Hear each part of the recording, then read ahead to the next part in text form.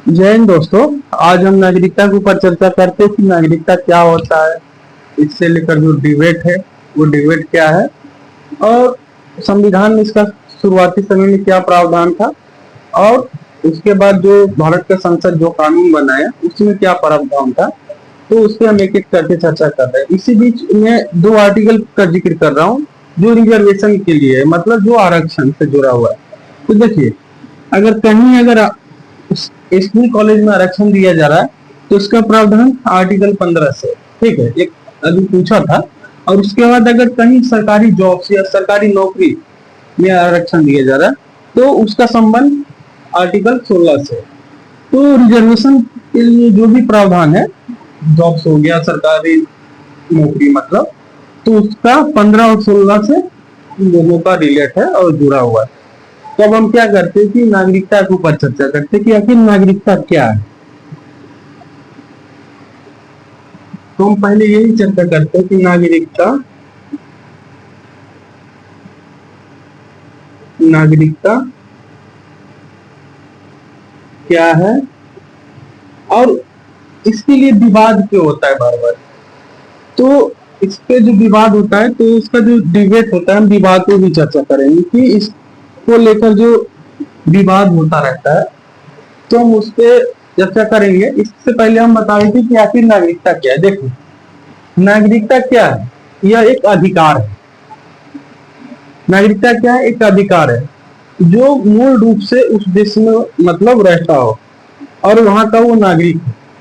अधिक और उसके पास बहुत सारे अधिकार होते हैं। मान के चलिए लगभग सभी अधिकार होते हैं, उसके तुलना में और किसी के पास वो अधिकार नहीं होते। तो नागरिकता क्या है? एक स्टेटस है जो उन देशों का जो नागरिक है उसको दिया जाता है, ठीक है। तो जैसे हमारे पास कहाँ का नागरिकता है? भारत का। क्योंकि हम भारत का है तो हमारे पास लगभग सभी जो अधिकार है हमें मिलता है, और हम लोगों की तुलना में किसी को इतना अधिकार नहीं मिलेगा, ये गारंटी होता है।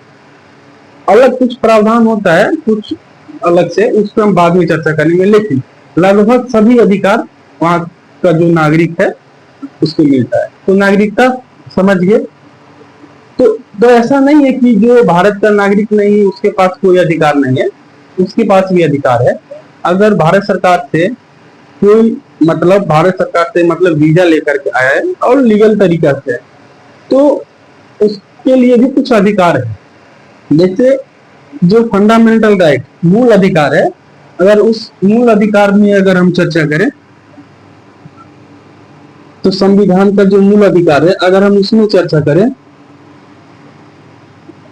तो उसमें कुछ अधिकार ऐसा है जो व्यक्ति को मिलता है, और कुछ अधिकार ऐसा है जो नागरिक के लिए है, जो उस देश का नागरिक है, जैसे हम लोग है वो हम सबके लिए है। और कुछ ऐसा अधिकार है जो विदेशी के लिए, जो भारत सरकार से वीजा लेकर के आए। तो अगर हम चर्चा करें जो सभी के लिए, जो सभी के लिए, जैसे आर्टिकल 14 हो गया, आर्टिकल 14 ये सभी के लिए। इसमें कहा जाता है कि सभी लोग समान है, मतलब समानता का जो बात निकलता है वो यहीं से निकलता है, ठीक है। आर्टिकल 14 हो गया, उसके साथ हो गया आर्टिकल 21। आर्टिकल 21 ये व्यक्ति के लिए है, नागरिक के लिए तो है ही, लेकिन अगर कोई विदेशी आदमी भले ही पाकिस्तान के क्यों ना हो और वो भारत सरकार से वीजा लेकर के आया तो आर्टिकल 21 इसमें भी लागू होता है। इसमें कहा गया कि आपको कोई मार नहीं सकता, जेल में बंद नहीं कर सकता है, तो आप इलीगल तरीका से उसको बंद नहीं कर सकते। जीवन जीने की स्वतंत्रता, ये आर्टिकल 21 से ये मतलब निकलता है, ये व्यक्ति को लागू होता है, पर्सन को नहीं।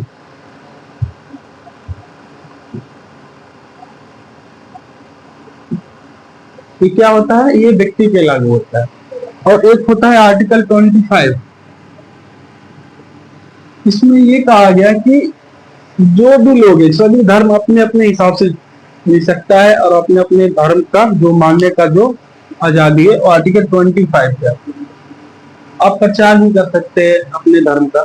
तो ये सभी के लिए, अगर कोई विदेशी है उसके लिए भी है। हाँ, लेकिन हाँ उसके साथ ये कुछ रीजनेबल रिस्ट्रिक्शन है।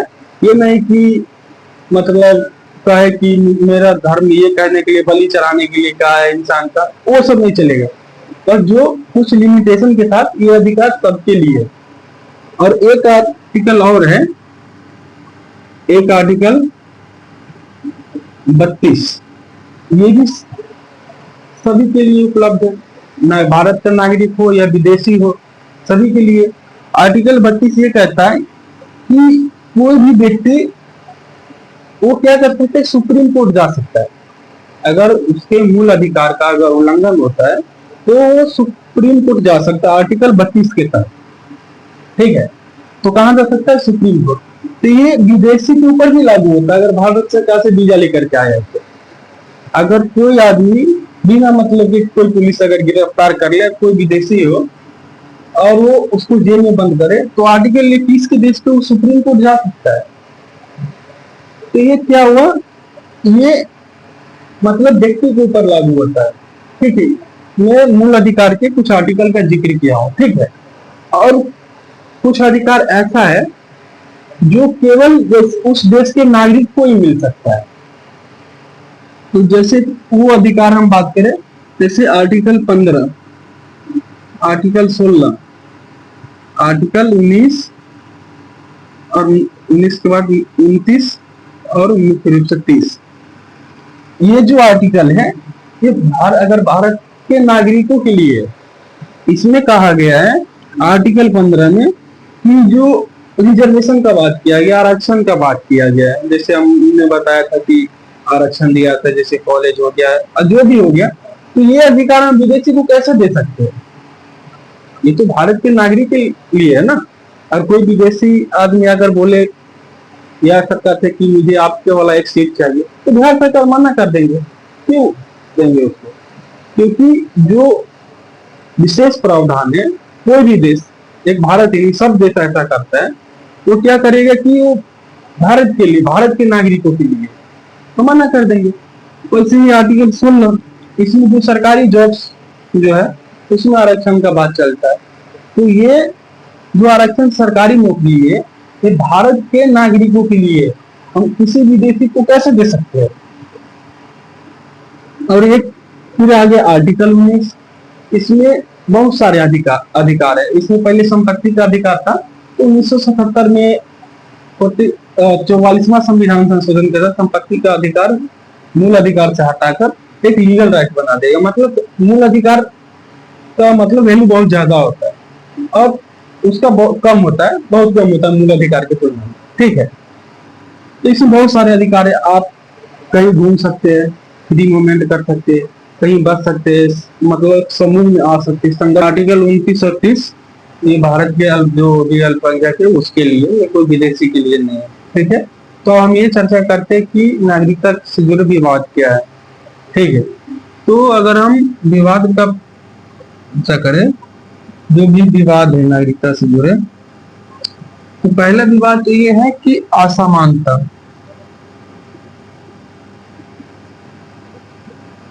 एक होता है असमानता। अब हम इसका एग्जांपल से समझाते हैं कि असमानता का मतलब क्या हो। मान लीजिए कि यह एक देश है और ये एक देश है, दो देश है। ठीक है, और मान के चलिए कि इस देश में बहुत ज्यादा अमीरी है, मतलब अमीर है यहाँ के लोग। ठीक है, और एक देश ये मतलब मान के चलिए कि गरीब है, इसके तुलना में गरीब है।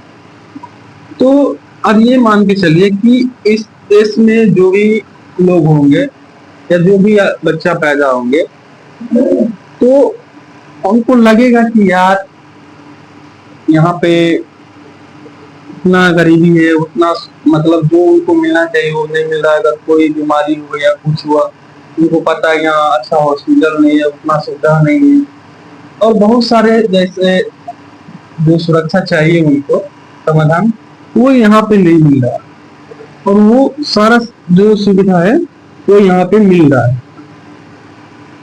तो आप एक बात सोचिए, इस बच्चे को पता है, यहाँ के जो नागरिक है, कि अगर मुझे बीमारी हुआ, सही मतलब अच्छा हॉस्पिटल नहीं तो मर ही जाऊंगा। तो ये कोशिश जरूर करेगा कि हम इसी तरीके से यहाँ पे चले जाए। ठीक है, तो एक असमानता जो है वो भी है। ठीक है, और दूसरा संभावना। संभावना देखिए, संभावना मान के चलिए ये एक देश है और ये एक देश है। ठीक है, तो मान के चलिए कि कुछ आर्थिक संसाधन जो अच्छा चाहता है वो इस देश में नहीं है। ठीक है, जो विशेष आर्थिक चाहता है, मतलब विशेष उद्यम का जो चाहता है वो यहाँ पे नहीं है विशेष उद्यम, और वो यहाँ पे है। ठीक है, तो आप एक बात बताइए, कोई आर्थिक उद्यम वो विशेष चाहता है और वहां पे नहीं है, तो क्या वो नहीं चाहेगा कि हम यहाँ पे जाए? कोई लोग ऐसा है जिस तरीका का वो सोचता है कि हमें कंपनी में बैठाना है या जो भी करना है, तो विशेष मतलब काम चाहिए उनको, तो वो यहाँ नहीं मिल रहा है। तो संभावना का मतलब तू वहां जाने का कोशिश करेगा कि तो वो चीज यहाँ पे है तो जाएगा ही जाएगा वहां पे। और तीसरा होता है, एक होता है उत्प्रेरण। उत्प्रेरण उत्प्रेरण उत्प्रेरण कब होगा कि मान के चलिए कि धर्म के आधार पे,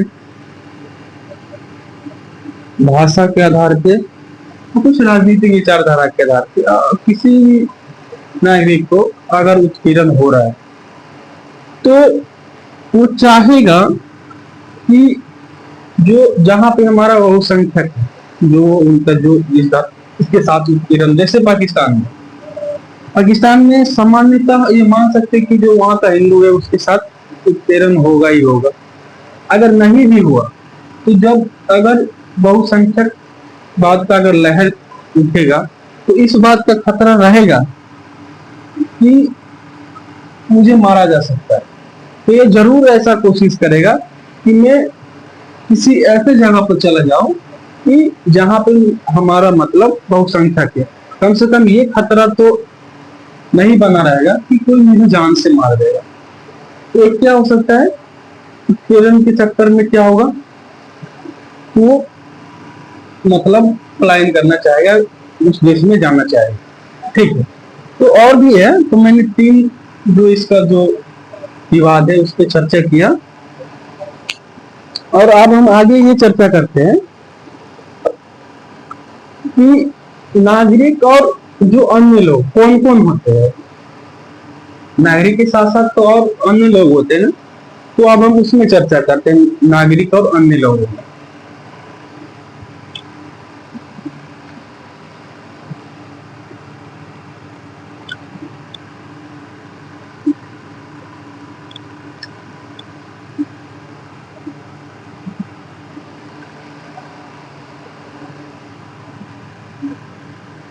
नागरिक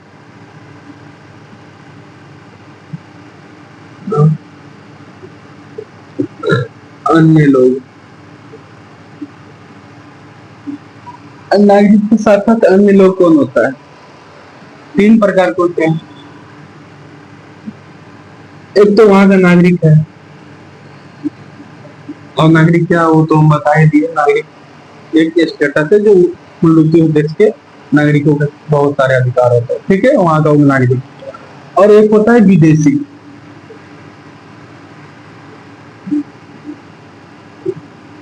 एक होता है विदेशी, और एक होता है राज्यविहीन। राज्य 3 प्रकार के मतलब लोग होते हैं। ठीक है, और विदेशी में हम चर्चा करें, एक वो हुआ जो वैध मतलब लीगल विदेशी, एक हो गया इनलीगल मतलब अवैध, अवैध विदेशी। ठीक है, अवैध हो गया। एक हो गया रेफ्यूजिस,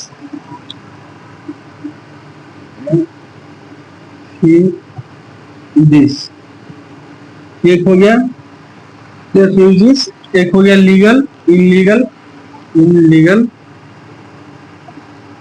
और एक हो गया रेफ्यूजीज। ठीक है, तीन प्रकार का विदेशी होता है।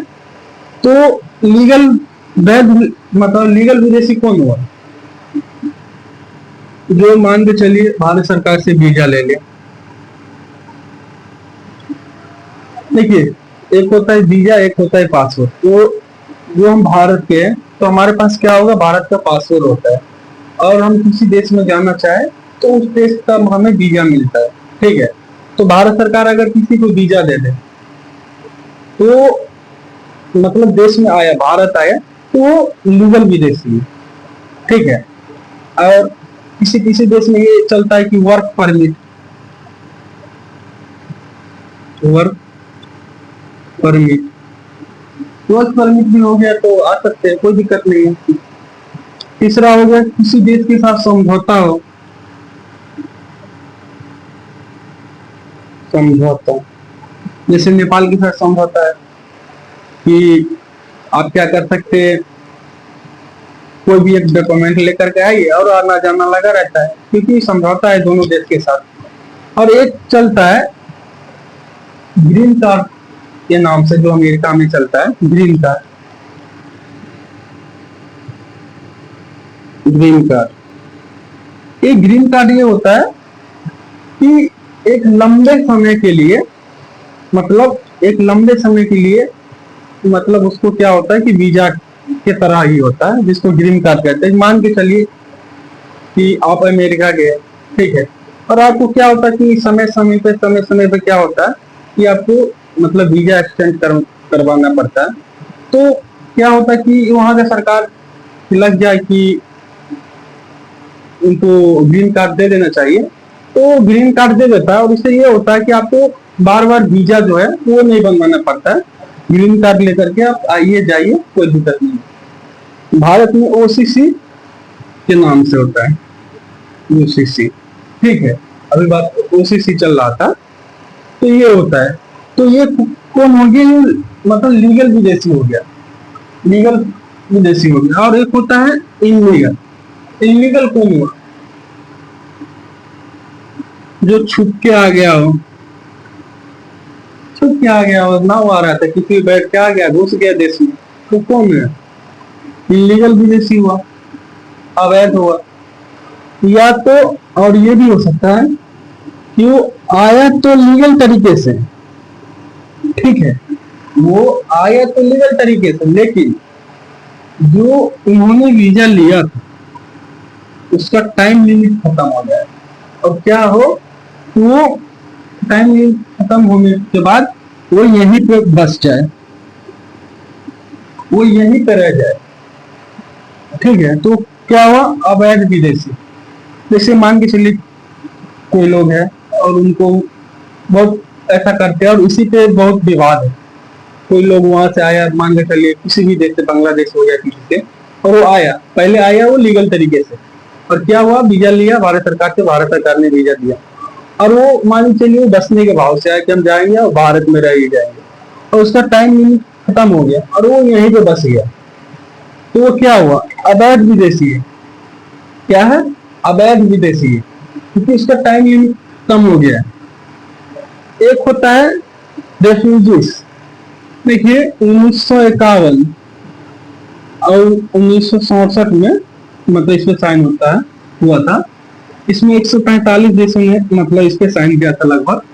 तो हुआ ये था कि मान के चलिए किसी देश में किसी के साथ उत्पीड़न हो, भाषा हो, धर्म हो, या किसी जाति धर्म किसी के ऊपर मतलब उसके साथ अत्याचार हो, तो क्या कर सकता है कि वो किसी देश के से शरण मांग सकता है अगर उत्पीड़न हो रहा हो। तो भारत में जो यूनाइटेड नेशन का जो ये हुआ था कन्वेंशन, इसमें भारत ने भाग नहीं लिया था, और 1967 में जो साइन हुआ था उसमें भी भारत सरकार ने साइन नहीं किया था। ठीक है, तो भारत सरकार क्या करता है, अपने मतलब अपने अनुसार देखता है कि किसको रखना चाहिए नहीं रखना चाहिए, तो भारत का। एक होता है राज्य विहीन, ये सबसे खतरनाक। मान के चलिए ये तो पता है, इसमें तो नागरिक में तो कोई दिक्कत नहीं है, इसमें पता है वैध विदेशी मालूम है, अवैध ये भी मालूम, लेकिन छुप के है, लेकिन पता तो है किसी देश का नागरिक है, इसको भी पता है किसी देश का नागरिक, इसका तो कोई पता ही नहीं है कि कहाँ का है। क्योंकि ये जो राज्य विहीन कब होता है स्टेटलेस, ये तब होता है कि सरकार कोई ऐसा कानून बना दे, कोई ऐसा कानून बना दे जिस कारण वो क्या राज्यहीन हो जाए और उनका नागरिकता साबित ना हो पाए। और तीसरा ये दूसरा बात ये भी हो सकता है कि जो वहां का नागरिक है और उसका क्या हो कि डॉक्यूमेंट जो है डॉक्यूमेंट वो गुम हो जाए, जो डॉक्यूमेंट है वो गुम हो जाए और सरकार ये चुन जाए कि भैया जिसके पास डॉक्यूमेंट है वो हमें दिखाओ, तो अब नहीं दिखा पाएगा, तो इससे लोगों को हम क्या कहते हैं, राज्यहीन। तो हमने नागरिक और अन्य लोगों के ऊपर चर्चा की, तो